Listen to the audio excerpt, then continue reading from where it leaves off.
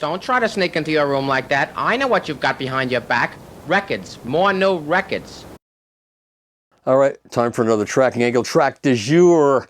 And I'm going to take the Audio-Technica MCD1 out of the system today or tomorrow, and put in the Ortophon Vertex, because I got to write the review of this. I've had it in long enough to know what it's doing, and you've heard enough tracks from it to know how good it is. So I figured before I take it out, I know that the Bob Ludwig RL version of Led Zeppelin II is a whole lot of love is going to sound really good with this cartridge. It should be outrageous. So that's what I'm going to play for you. I know a lot of people watching this know the story, but some of you may not know the story, so I'll tell you the story. So when Led Zeppelin II first came out, Bob Ludwig cut the lacquer for it, and it was processed, it was plated, it was released, and Ahmet Ertegun gave a copy to his brother or one of his relatives to give to their daughter, and the daughter played it on their kitty phonograph, and it skipped, and they freaked out and figured, uh-oh, this is a disaster, we better call them all back, we better cut it again, we better limit the dynamics, we better limit the bass, and we better make it so it's playable on all the kitty phonographs. And that's what they did. But nobody really knew about that. It just happened. And it only got discovered with the resurgence of vinyl, because the used record dealers were play grading all the copies of Led Zeppelin they had gotten in. And they're playing, that one's good, that one's good. What the hell is that? Something's different about that one. That one sounds way better. What is it? And then somebody looked on the intergroove area and saw the tiny little RL. It's before there was a sterling RL stamp, and Bob Ludwig was better known for that. It was a handwritten RL. It's tiny, tiny.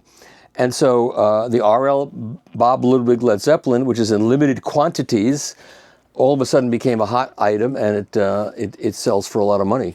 A clean copy, if you can find a clean copy, can go for up to $800 or more. And it's amazing, as you'll hear. So this copy, this particular copy here, the way I got this, I mean, people are still finding this at garage sales and in swap meets, just happen to find them. But there's not that many copies around. And this one came to me because I got contacted by a couple in Atlanta whose the woman's father had been in the record business, and he passed away and left a lot of records. And she didn't know what to do with them, and she found me on the internet and said, look, we'll pay to fly you down, and we'll pay you for your time, and could you help us sort through these records and give us an idea what they're worth? So I went down there, and I looked through the records, and what I did was, what I do when I get these opportunities is I pull out what I think is collectible, and I can miss some. Everybody can miss some, but I pull out what's collectible. Then I separate them out by genre, and then I say, well, what you should do is, I'll give you the numbers and names of some jazz dealers, and you say, I've got all the jazz collectibles separated. I know that they're collectible. What are you going to give me for it? I got the rock separated. I got the classical separated. All the different genres of music separated, and that'll make it easy for you to sell. And when I got to the Led Zepp, I'm saying, could it be an RL? And it was an RL, and it was pretty clean, not mint, but pretty clean. And clean enough for me to say, you know what? You paid for my trip here. I'll give you all the time that I've given you for free. Just give me this one record. And they said, okay. And that's a fair deal. And I wasn't going to play it on their turntable. So I took a chance that it looked good enough, it'll be good. And it's very good. So I'm going to play this for you. This is an RL from the Monarch plant, actually.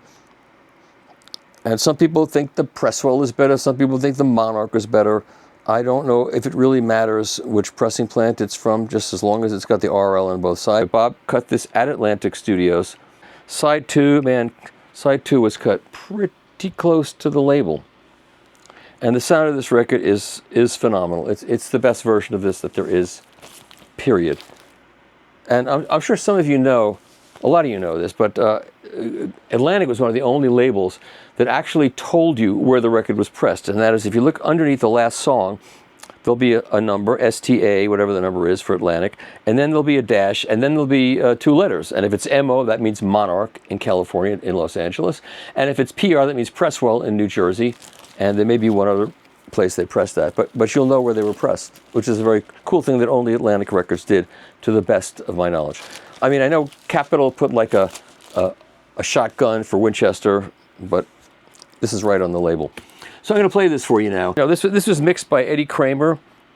Jimmy Page produced it. Recording engineers were Edwin H. Kramer, Andrew Johns, George Jackins, Chris Houston. Chris Houston is very busy. He does a lot of room treatment, room acoustics at this point still. And the director of engineering was Edwin H. Kramer. And of course, the executive producer was Peter Grant, who managed Led Zeppelin. There's a very famous story about Peter Grant meeting Bob Dylan backstage, and Peter Grant says to Bob Dylan, he goes, I manage Led Zeppelin. And Bob Dylan says, I don't tell you my problems, which I think is a great story. Anyway, here's Whole Lotta Love from a Bob Ludwig RL pressing of Led Zeppelin II.